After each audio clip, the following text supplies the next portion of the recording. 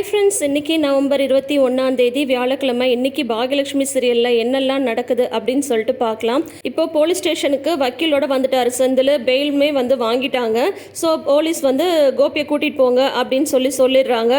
உடனே இங்கே தண்ணி கொண்டு வந்து கொடுக்குறாரு செழியனு. அவங்க அப்பாவுக்குப்பா அவன் காலையிலேருந்து போலீஸ் ஸ்டேஷனில் இருந்திருக்காரு இல்லையா, அதனால் உடனே கோபி சொல்கிறாங்க, உங்கள் அம்மா இருக்கால, இந்த மாதிரி ஒரு பொம்பளை நான் பார்த்ததே இல்லை, என்ன ஆணவம், என்ன திமிரு, இவ பண்ணது கொஞ்சம் கூட நியாயமே கிடையாது. ஒரு நாள் ஃபுல்லாக என்னை போலீஸ் ஸ்டேஷனில் உட்கார வச்சுட்டால, அவளை நான் சும்மா விட போகிறது கிடையாது அப்படின்றாங்க. உடனே செய்யன்னு சொல்கிறாங்க, நீங்கள் பண்ணதும் தப்பு தானப்பா அப்படின்னு சொல்கிறாங்க. ஓ அப்படியா, அப்போ நீ என்னை நம்பலை, உன்னோட அப்பாவை நீ நம்பலை அப்படி தானே? தெரியும் உங்கள் அம்மா வீட்டில் உன்கிட்ட என்னென்னலாம் சொல்லி உன்னை நம்ப வச்சிருப்பான்னு எனக்கு தெரியும். யாரும் என்னை நம்ப தேவையில்லை, என்னை பற்றி எனக்கு தெரியும் அப்படின்னு சொல்கிறாங்க. உடனே வக்கீல் சொல்கிறாங்க, இதோ பாருங்க, இப்போ பெயில் மட்டும்தான் கிடச்சிருக்கு, கண்டிப்பாக கேஸ் கோர்ட்டுக்கு வரும். அந்த செஃப் மட்டும்தான் உங்களுக்கு எதிராக இருக்கிற சாட்சி. அவர்கிட்ட எப்படி பேசணும் என்ன பேசணும் நான் பார்த்துக்கிறேன், இப்போ நீங்கள் கிளம்புங்க அப்படின்னு சொல்லிட்டு வக்கீல் கிளம்பிடுறாங்க. உடனே செந்தில் வா, உன்னை கொண்டு நான் வீட்டில் விடுறேன், இதுக்கப்புறமா பேசாமல் அமைதியாக இருடா அப்படின்னு சொல்லிட்டு செந்தில் சொல்கிறாங்க. இப்போ பாரு செந்தில், நீ எனக்காக பெயிலில் எடுத்தது எல்லாமே ரொம்ப ரொம்ப தேங்க்ஸ். நானே வீட்டுக்கு கிளம்பிக்கிறேன், நீ கிளம்பு அப்படின்னு சொல்லிடுறாங்க. செழியன்ட்ட சொல்கிறாங்க, நீ கொண்டு போய் விட்டுரு சரியா அப்படின்னு சொல்கிறாங்க. இதில் செந்தில் வேறு சொல்கிறாரு, வரும்போது தாண்டா போலீஸ் ஜீப்பில் கூட்டிகிட்டு வருவாங்க, போகும்போதெல்லாம் நம்மளே தான் போய்க்கணும் அப்படின்னது. என்னடா உனக்கு கிண்டலாக இருக்கா என்னை பார்த்து அப்படின்றாங்க. சேச்சா, உன்னோட மூடை மாற்றுறதுக்காக சொன்னேன் அவ்வளோதான் அப்படின்னு சொல்லும்போது, நீ கொண்டு போய் விடு சரியா அப்படின்னு சொல்கிறாங்க. ஆனால் கோபி சொல்லிடுறாங்க, தயவு செஞ்சு எல்லாரும் கிளம்புங்க, எனக்கே போய்க்க தெரியும் அப்படின்ட்டு சொல்லிட்டு கோபி சொல்லிடுறாரு. சரின்ட்டு எல்லாரும் கிளம்பிடுறாங்க. கொஞ்சம் கூட அவரோட திமிரு, ஆணவம், அகங்காரம் எதுவுமே அடங்கவே இல்லை. இங்கே வீட்டில் பார்த்தீங்கன்னா பாக்யா, செல்வி, ஜெனி 3 பேரும் கிச்சனில் இருக்காங்க. இனியா அவசரமாக மாடியிலேருந்து கீழே இறங்கி வராங்க. பாக்யாவை பார்த்து முறைச்சிட்டு பாட்டின்னு கூப்பிட்றாங்க. என்ன இனியா அப்படிங்கும்போது, டிவியில் என்ன வருது தெரியுமா, வாங்க அப்படின்னு சொல்கிறாங்க. பார்த்தா டிவியில் நியூஸ் ஓடிட்டுருக்கு. இந்த மாதிரி நாங்கள் பாகியலட்சுமி வீட்டில் வாசலில் தான் இருக்கோம். எங்கள் அக்கம் பக்கத்தில் இருக்கிறவங்களாம் கேட்கும்போது, அடிக்கடி பாகியலட்சுமியோட முன்னாள் கணவருக்கும் இவங்களுக்கும் பிரச்சனை நடந்துகிட்டே இருக்கும். அதனால் இவங்க வீட்டில் எப்போ பார்த்தாலும் இந்த போலீஸ் வர்றது போகிறது இது எல்லாமே சகஜம் தான் அப்படின்ற மாதிரி அக்கம் பக்கத்தில் இருக்கிறவங்களாம் சொல்கிறாங்க. விவாகரத்துக்கு அப்புறமும் இவங்க 2 பேருக்கும் பிரச்சனை இருந்துகிட்டே இருக்குது அப்படின்னு தான் சொல்கிறாங்க. கொஞ்ச நாளைக்கு முன்னாடி தான் கோபிநாத்தோட அம்மா ஈஸ்வரி மேலே கோபிநாத்தோட செகண்ட் ஒய்ஃப் ராதிகா அவங்க அம்மா கரு கலைச்சிட்டாங்க அப்படின்ற சொல்லிட்டு ஒரு கேஸ் கொடுத்து அவங்களுமே ஜெயிலுக்கு போயிட்டு வந்திருக்காங்க. அதனால் போலீஸ் போகிறதெல்லாம் இந்த குடும்பத்துக்கு சகஜம் அப்படின்னு அக்கம் பக்கத்தில் இருக்கிறவங்கெல்லாம் சொல்கிறாங்க. அது மட்டும் இல்லாமல் கோபிநாத்தும் அவங்க முன்னாள் மனைவி ராதிகா 2 பேரும் பிளான் பண்ணி தான் இதை செஞ்சுருக்காங்க அப்படின்னு சொல்லிட்டு எல்லாருமே சொல்லிக்கிறாங்க.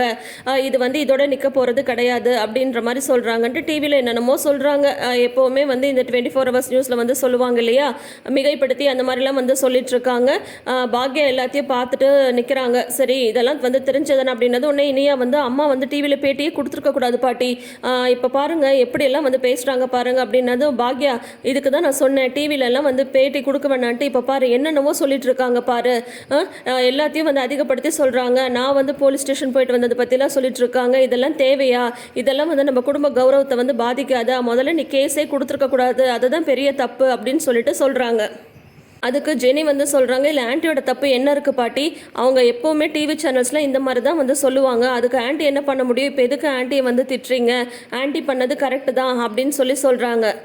உன்னை பாக்யா சொல்கிறாங்க, டிவியில் அவங்க சொல்கிறதுக்கெல்லாம் என்னால் எந்த பொறுப்பும் ஏற்றுக்க முடியாதத, எனக்கு நடந்த ஒரு அநியாயத்துக்காக நான் கேஸ் கொடுத்தேன். என்னை பொறுத்த வரைக்கும் அது தப்பே கிடையாது. எனக்கு என்னோட பிஸ்னஸ் முக்கியம். என்னோட பிஸ்னஸை கெடுக்க நினைக்கிற ஒருத்தர் நான் அழிஞ்சு போகணும், என்னோட பிஸ்னஸ் நான் மூடிட்டு போகணும் அப்படின்னு சொல்லிட்டு நினைக்கிற ஒருத்தருக்கான தண்டனையை தான் இப்போ நான் கொடுத்துருக்கேன். இது ஒரு சின்ன ஸ்டெப்பு தான் நான் எடுத்து வச்சுருக்கேன். அதுக்கு இந்த மாதிரி பிரச்சனை எல்லாம் வரதான் செய்யும். அதை எப்படி சமாளிக்கணுமோ நான் சமாளிச்சுக்கிறேன். என்னோட பிஸ்னஸை பாதிக்கிற ஒரு விஷயத்தை பார்த்துட்டு என்னால் எப்படி சும்மா இருக்க முடியும் அப்படின்னு சொல்கிறாங்க. அதுதான் இங்கே பிரச்சனையே. நீ ரெஸ்டாரண்ட் எல்லாம் ஆரம்பிக்காத வரைக்கும் எந்த பிரச்சனையும் இல்லாமல் இருந்தது. எப்போ இந்த ரெஸ்டாரண்ட் ஆரம்பிச்சு உனக்கு அது மட்டும்தான் முக்கியமாக போயிடுச்சு. குடும்பம், கௌரவம் இதெல்லாம் எதுவுமே உனக்கு முக்கியமாக தோணல. இது இதோட முடிக்கிற பிரச்சனையா? இன்னும் 2-3 வருஷத்தில் நம்ம இனியாவுக்கு வர கல்யாணம் பண்ணணும். அப்போது மாப்பிள்ளை வீட்டுக்காரங்க விசாரிக்கும் போது இந்த பிரச்சனை எல்லாமே தலை தூக்காதா? நம்ம குடும்பத்தை பற்றி நீ கொஞ்சம் கூட நினச்சே பார்க்க மாட்டியா அப்படின்னு கேட்குறாங்க. எப்போ எதை நினைக்கணுமோ அப்போ நான் அதை நினச்சிக்கிறேன். இல்லை நான் ஒரு விஷயம் வந்து உங்ககிட்ட கேட்குறேன். நான் கோபிநாத் மேலே கேஸ் கொடுத்ததை பற்றி அவர் கூட இந்தளவு வருத்தப்பட்டிருக்க மாட்டார். ஆனால் நீங்கள்லாம் வந்து என்னென்னா இவ்வளோ தூரம் வந்து வருத்தப்படுறீங்க. இத்தனை நாள் வந்து அவர் எனக்கு எவ்வளோ தொந்தரவு கொடுத்துட்டு இருந்தார். என்னை திருப்பி திருப்பி வந்து அடிச்சிட்டு இருந்தார். இல்லை ஒவ்வொரு விஷயத்துலையும் எனக்கு தொந்தரவு கொடுத்துட்டு எனக்கு எவ்வளோ மன உளைச்சல் கொடுத்தாரு. அப்போல்லாம் உங்களுக்குலாம் வந்து வலிக்கல இல்லை? இப்போது நான் ஒரு அடி திருப்பி அடித்ததுமே உங்கள் எல்லாருக்கும் வந்து வலிக்குது அப்படி தானே அப்படின்னு சொல்லும்போது கரெக்டாக செழியன் வந்து வராங்க. செழியன் வந்ததுமே பாட்டி வந்து என்ன சரியா கோபியை பாத்தியா பேசுனியா எப்படி இருக்கான் அப்படின்னு சொல்லிட்டு கேட்குறாங்க. அது வந்து பாட்டி அப்பாவுக்கு வந்து பெயில் கிடச்சிடுச்சு அப்படின்னு சொல்கிறாங்க. வெளியில் வந்துட்டார் அப்படின்றாங்க. அப்பாடா இந்த பிரச்சனை இதோட முடியட்டும் அப்படின்னு சொல்லிட்டு பாட்டி வந்து சொல்கிறாங்க. அதுக்கு செழியன் வந்து சொல்கிறாங்க, இல்லை பாட்டி இந்த பிரச்சனை இதோட முடிய போகிறது கிடையாது. ஏன்னா அவருக்கு வந்து பெயில் மட்டும்தான் கிடச்சிருக்கு. கண்டிப்பாக கோர்ட்டுக்கு வந்து கேஸ் வந்து வரும் அப்படின்னு சொல்கிறாங்க. ஏற்கனவே டிவியில் என்னென்னமோ போட்டுட்ருக்காங்கடா, இதுக்கு முடிவே இல்லையா அப்படின்னு கேட்கும்போது இதுக்கு ஒரே ஒரு முடிவு தான் பாட்டி இருக்குது அப்படின்ட்டு செழியன் வந்து யோசிச்சு சொல்கிறாங்க. அம்மா வந்து கேஸை வாபஸ் வாங்கினா மட்டும்தான் இது வந்து முடியும் அப்படின்னு சொல்கிறாங்க. பாத்தியா நீ கேஸ் வாபஸ் வாங்கினா தான் இதெல்லாம் முடியும். அதுதான் நீ கம்ப்ளைண்ட் கொடுத்ததுக்கு அவன் ஒரு நாள் போலீஸ் ஸ்டேஷனில் இருந்துட்டு வந்துட்டான்ல, விடு பாக்யா அப்படின்னு சொல்கிறாங்க. முடியாதத்த, முடியவே முடியாது. எனக்கு அவர் பண்ண பிரச்சனைக்கு எல்லாத்துக்கும் அவர் வந்து பதில் சொல்லியே தீரணும். அதுக்கு உண்டான தண்டனையை அவர் அனுபவிச்சே ஆகணும் அப்படின்னு சொல்கிறாங்க. ஓ அப்படின்னா கோர்ட்டு கேஸுன்னு சொல்லிட்டு போயிட்டு அவனுக்கு தண்டனை கிடைக்கணும்னு தானே நீ நினைக்கிற அப்படின்னு சொல்கிறாங்க. உடனே செழியன் வந்து இந்த குற்றம் மட்டும் நிரூபணம் ஆயிட்டா கண்டிப்பாக அப்பா வந்து ஜெயிலுக்கு போவார் பாட்டி அப்படின்ட்டு செழியன் வந்து சொல்ல, நீ பண்ணுறது கொஞ்சம் கூட சரியில்லை பாக்யா, உனக்காக மட்டும்தான் யோசிக்கிற, இந்த குடும்பத்துக்காக நீ யோசிக்கிறது இல்லை அப்படின்னு சொல்லிட்டு பாட்டி வந்து சொல்கிறாங்க. ஆமாத்த, நான் எனக்காக மட்டும்தான் யோசிக்கிறேன். எனக்கு என்னோட சுயமரியாதை தான் முக்கியம். எனக்கு என்னோட பிஸ்னஸ் தான் முக்கியம். எனக்கு என்னோட பிரச்சனை, என்னோட வாழ்க்கை இதெல்லாம் தான் முக்கியம். போதுமா உங்களுக்கு? நீங்கள் யாருக்காக வேணால் எப்படி வேணால் வருத்தப்பட்டுக்கோங்க.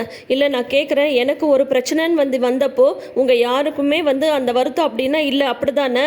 அப்போ நீங்கள் எனக்காக பேசினது எல்லாமே சும்மா அப்படி தானே? இப்போ உங்கள் பையனுக்காக ஒரு பிரச்சனை அப்படின்னதும் இப்படி வந்து துடிக்கிறீங்க. அப்போது எனக்காக நீங்கள் யாருமே இல்லை அப்படி தானே அப்படின்ட்டு பாக்யா பட்டு நல்லா கேட்குறாங்க. ஏய் செழியா நீ சொல்லு, உங்கள் அப்பா பண்ணது தப்பா இல்லையா அப்படின்னு கேட்குறாங்க. அது வந்து சொல்லு, உங்கள் அப்பா பண்ணது தப்பா இல்லையா அப்படின்னு கேட்கும்போது தப்பு தான் அப்படின்னு சொல்கிறாங்க. இனியா நீ சொல்லு, உங்கள் அப்பா பண்ணது தப்பா இல்லையா அப்படின்னதும் இருந்தாலும்மா அப்படின்னு எனக்கு வேண்டியது தப்பா இல்லையான்ற பதில் மட்டும்தான் அப்படின்னு கேட்டதும் தப்பு தான் அப்படின்றாங்க. இப்போ சொல்லுங்கத்த, உங்கள் பையன் எனக்கு பண்ணது தப்பா இல்லையா சொல்லுங்க அப்படின்னு சொல்லிட்டு கேட்குறாங்க. தப்பு தான் பாக்யா, ஆனால் அதுக்காக இதெல்லாம் வேணாம் பாக்யா, நான் சொல்கிறது கேளு. இனிமேல் கோபி வந்து உன் வழிக்கு வரவே மாட்டான். நான் வந்து பேசுகிறேன், நல்லா திட்டுறேன். இனிமேல் உன் பிரச்சனைக்கு அவன் வராமல் நான் பார்த்துக்கிறேன் அப்படின்றாங்க. உடனே செய்யணும் வந்து சொல்கிறாங்க. இல்லை நான் வந்து பேசுகிறேம்மா, இனிமேல் அப்பா உன் வழிக்கே வந்து வரமாட்டார் அப்படின்னு சொல்கிறாங்க. போதும், இத்தனை நாள் நீங்கள் பேசினது செஞ்சது எல்லாமே போதும். இனிமேல் எனக்காக நானே பேசிக்கிறேன், எனக்கு என்ன தேவையோ அதை நானே பார்த்துக்கிறேன் அப்படின்னு சொல்லிட்டு பாக்யாவுமே வந்து உள்ளே போயிடுறாங்க. இவங்க 3 பேர்கிட்ட பேசுகிறதுக்கு ஒன்றும் பதிலே இல்லை. இங்கே ராதிகா வீட்டில் வந்து பார்த்தீங்கன்னா கமலா வந்து டிவி போடுறாங்க. பார்த்தா வந்து இதே நியூஸ் தான் வந்து வருது. இதில் ராதிகா ஃபோட்டோவே டிவியில் வந்து போட்டுடுறாங்க. இவங்க தான் கோபிநாத்தோட 2வது மனைவி ராதிகா. இவங்களுக்கும் இந்த சதியில் வந்து தொடர்பு இருக்குது அப்படின்ற மாதிரி தான் வந்து எல்லாரும் வந்து சொல்கிறாங்க. ஏற்கனவே வந்து இவங்க மாமியார் மேலே இவங்க வந்து கம்ப்ளைண்ட் கொடுத்துருக்காங்க.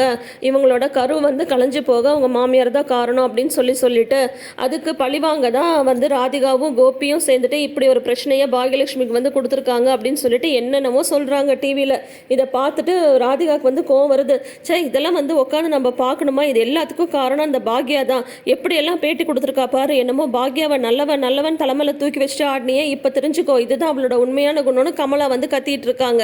இப்போயே நான் அவளை போயிட்டு உண்டு இல்லைன்னு ஆக்கிட்டு வரேன், வா போகலாம் அப்படின்னு சொல்கிறாங்க. நான்லாம் யார் வீட்டு வாசலுக்கும் வரமாட்டேன், போயிட்டு அசிங்கப்பட்டு வர சொல்கிறியா அப்படின்னு சொல்லிட்டு கேட்குறாங்க ராதிகா. அப்போ காலிங் பெல் அடிக்குது. போய் கமலா வந்து கதவை திறந்தா கோபி வந்து வராரு.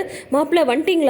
அப்பா இங்கே ராதிகா இங்கே பாரு யார் வந்திருக்காங்க பாரு அப்படின்னு சொல்கிறாங்க. உடனே கோபி வந்து உள்ளே வராரு. ராதிகா வந்து பயங்கரமாக முறைக்கிறாங்க. நெருங்க மாப்பிள்ள, போலீஸ் ஸ்டேஷன் போயிட்டு வந்திருக்கீங்க, நான் ஆரத்தி எடுக்கிறேன் அப்படின்னது அதெல்லாம் ஒன்றும் வேணாத்த. இப்போ என்ன நான் வந்து நல்லதாக பண்ணிட்டு வரேன், அசிங்கப்பட்டு அவமானப்பட்டு வரேன் அப்படின்னு சொல்லிட்டு ராதிகா காலையிலேருந்து நான் வந்து போலீஸ் ஸ்டேஷன்லேருந்து என்னை வந்து பார்க்கணுன்னு கூட உனக்கு தோணலை அப்படின்னதும், ஓ நீங்கள் பண்ணது எல்லாமே அயோக்கியத்தனம், நீங்கள் பண்ணது எல்லாமே வந்து தப்பு, இப்போ வந்து நான் வந்து உங்களை பார்க்கலன்னு சொல்லிட்டு நீங்கள் வந்து என் மேலே வந்து தப்பு சொல்கிறீங்களா? தப்பு தான். நான் பண்ணதுலே பெரிய தப்பு என்ன தெரியுமா? உங்கள கல்யாணம் பண்ண பாருங்க. அதுதான் நான் பண்ண பெரிய தப்பு. நான் வந்து மயுவோட தனியாவே இருந்திருந்தா கூட சந்தோஷமா இருந்திருப்பேன். இல்ல நான் ஒரு விஷயத்த வந்து சொல்றேன். எத்தனை தடவை வந்து சொல்லியிருப்பேன். பாக்யாவோட விஷயத்துல தலையிடாதீங்க. அவங்க கிட்ட பிரச்சனை பண்ணாதீங்கன்ட்டு ஒரு தடவையாவது நீங்க என் பேச்சை வந்து கேட்டிருக்கீங்களா? உங்க இஷ்டத்துக்கு ஆடினீங்கல்ல. கடைசியில அடுத்தவங்கள வந்து கொலை பண்ற அளவுக்கு கூட போயிட்டீங்க. அப்படிதானே? எல்லாம் தப்புன்னு சொல்லிட்டு உங்களுக்கு தோணவே இல்லை. இப்போ என்ன வந்து தப்பு சொல்ல வந்துட்டீங்களா? நானும் தான் ஒருத்தனை டைவர்ஸ் பண்ணிட்டு வந்தேன். என் பழைய வாழ்க்கையில் நான் அனுபவித்தது எல்லாமே கஷ்டம், வேதனை, டார்ச்சர் மட்டும்தான். இப்போது அதை டைவர்ஸ் பண்ணிவிட்டு தூக்கி போட்டு புதுசாக உங்கள் கூட வந்து நான் வாழ்க்கையை ஆரம்பித்ததுக்கப்புறம் நான் எப்போயாவது அதுக்கெல்லாம் பழி வாங்குறேன், ரிவெஞ்ச் எடுக்கிறேன்னு சொல்லிட்டு உட்காந்துட்ருக்கேனா? என்னோடய வாழ்க்கையை வந்து நான் பார்க்கல. அது என்ன உங்களுக்கு மட்டும் வந்து நீங்கள் வந்து பழி வாங்குறேன்னு சொல்லிட்டு இப்போ என்னோட மானம் மரியாதை எல்லாமே தான் போச்சு. டிவியில் என்னென்னவோ சொல்கிறாங்க. உங்கள் கூட சேர்ந்து நானும் தான் சதி பண்ணி இந்த பிரச்சனையை பண்ணியிருக்கேன்னுலாம் சொல்கிறாங்க. போச்சு. இனிமேல் வந்து என்னால் ஆஃபீஸ் போக முடியுமா? வெளியில் போய் காட்ட முடியுமா? உங்களை கல்யாணம் பண்ணதுக்கு அசிங்கமோ அவமானமோ தான் மிச்சம். போதும் கோபி, இதுக்கு மேலே நீங்கள் என்கிட்ட ஒரு வார்த்தை கூட பேசாதீங்க. இனிமே வந்து உங்கள் முகத்தில் கூட முழிக்க நான் வந்து தயாராக இல்லை. நீ வா மயு அப்படின்னு சொல்லிட்டு மயுவை கூட்டிகிட்டு உள்ளே போயிடுறாங்க ராதிகா. நீங்கள் ராதிகா பேசினதெல்லாம் மனசில் வந்து வச்சுக்காதீங்க மாப்பிள்ள. அவள் என்ன பண்ணுவா? இந்த பாக்யா வந்து அந்த மாதிரி தப்பாக வந்து பேட்டி கொடுத்து வச்சிருக்கா. அதனால தான் ராதிகா வந்து இவ்வளோ கோபமாக இருக்கா. அவளை நான் இப்பயே போயிட்டு உண்டு இல்லைன்னு கேள்வி கேட்டு வரேன் அப்படின்னு சொல்கிறாங்க. வேணாத்த, எனக்காக யாருமே போய் யார்கிட்டையும் வந்து சண்டை போட வேணாம். இந்த பிரச்சனையை நானே பார்த்துக்கிறேன். நான் போய் கேள்வி கேட்குறேன் அவட்ட அப்படின்னு சொல்லிட்டு உன்னை கோபி வந்து கிளம்பி வராரு. இங்கே கிச்சனில் வந்து செல்வி வந்து ஜென்னிக்கிட்ட வந்து சொல்லிகிட்ருக்காங்க. ஹாலில் வந்து பாட்டி, செழியன், இனியா 3 பேரும் மூஞ்சை தூக்கி வச்சுட்டு உட்காந்துட்ருக்காங்க. கேஸை வந்து பாக்யா வாபஸ் வாங்க மாட்டேன் அப்படின்னு சொன்னது உடனே செல்வி வந்து ஜென்னிட்ட சொல்கிறாங்க. பாத்தியா ஜெனி, இவங்க 3 பேரையும் வந்து நம்பவே கூடாது. நான் கூட கொஞ்ச நாளாக இந்த வீட்டில் நடந்துட்டு இருந்த விஷயத்தை வச்சு அம்மா வந்து திருந்திட்டாங்கன்னு நினச்சேன். ஆனால் அவங்க திருந்தெல்லாம் வாய்ப்பே இல்லை. அவங்க ஒரு பையனுக்கு ஒரு பிரச்சனை அப்படின்னதும் அவங்க ஜெயிலுக்கு போனது கூட அவங்களுக்கு வந்து மறந்து போச்சு. எப்படியெல்லாம் வந்து பேசுகிறாங்க பாத்தியா அப்படின்னு சொல்கிறாங்க. உடனே ஜெனி வந்து சொல்கிறாங்க, பாட்டி மட்டும் இல்லைக்கா, இந்த செழியன், இனியா 3 பேரும் தான். 3 பேருமே திருந்தாந்த ஜென்மங்க. எனக்கு என்னவோ இந்த தடவை ஆன்ட்டி வந்து ஸ்டபானாக இருப்பாங்கன்னு தான் தோணுது அப்படின்றாங்க. ஆமாம் ஜெனி, எனக்குமே அப்படி தான் தோணுது. அக்கா வந்து இந்த தடவை விட்டு கொடுக்கவே கூடாது. போதும், அக்கா விட்டு கொடுத்தது அனுபவிச்சது எல்லாமே போதும் அப்படின்னு சொல்லிட்டு இவங்க பேசிகிட்டு இருக்கும் போதே பார்த்தீங்கன்னா கோபி வந்து அப்படியே கோவமாக கேட்டை திறந்துட்டு வராரு. ஏய் பாக்யா, பாக்யலட்சுமி வெளியில் வா அப்படின்னு சொல்லிட்டு கத்துறாரு. கோபி அப்படின்னு சொல்லிட்டு உடனே வந்து பாட்டி, செழியன், இனியா 3 பேரும் எழுந்து போகிறாங்க. பாக்யாவுக்கு வந்து குரல் கேட்குது. பாக்யாவுமே வெளியில் வர்றதுக்கு வராங்க. அதோட இன்றைக்கி எபிசோடை வந்து முடிச்சிருக்காங்க. ஒரு வாரமாக பாக்யலட்சுமி வந்து பார்த்திங்கன்னா இந்த 2-3 நாளாகவே பட்டையை கிளப்பிட்டுருக்கு. நம்ம எதிர்பாராத திருப்பங்கள் எல்லாமே நடந்துகிட்ருக்கு. இப்போ நேற்று வந்து பார்த்திங்கன்னா ஹாஸ்பிட்டலில் வந்து ஷூட் பண்ணியிருக்காங்க. மேபி வந்து கோபி வந்து கேஸை வாபஸ் வாங்குறதுக்காக அடுத்த ட்ராமா வந்து ஸ்டார்ட் பண்ணிட்டாரா, இல்லை ஹாஸ்பிட்டல் இருக்கிறது யார் அப்படின்றத நம்ம வெயிட் பண்ணி பார்ப்போம். மோஸ்ட்லி பார்த்தீங்கன்னா அது கோபியாக தான் இருக்கணும். ஏன்னா அந்த மெடிக்கல் ரூம்குள்ளார வந்து ராதிகா வந்து இருக்கிற மாதிரி காட்டுறாங்க. ராதிகா தான் போஸ்ட் பண்ணியிருக்காங்க அவங்களோட இன்ஸ்டா பேஜில். ஸோ கோபி வந்து அடுத்த காயை வந்து மூவ் பண்ண ஆரம்பிச்சிட்டாரு. ஆனால் பாக்யா, எழில், செழியன், இனியா எல்லாருமே அங்கே வந்து இருக்காங்க. பாட்டி உட்பட எல்லாருமே வெளியில் தான் உட்காந்துட்டு இருக்காங்க, ஐசியூ வெளியில். ஸோ அடுத்தடுத்து எந்த மாதிரி சீக்வன்ஸ் வரப்போகுதுன்னு சொல்லிட்டு வெயிட் பண்ணி பார்ப்போம். தொடர்ந்து அப்டேட்ஸ்க்கு நம்ம சேனலை சப்ஸ்கிரைப் பண்ணிக்கோங்க. தேங்க்யூ.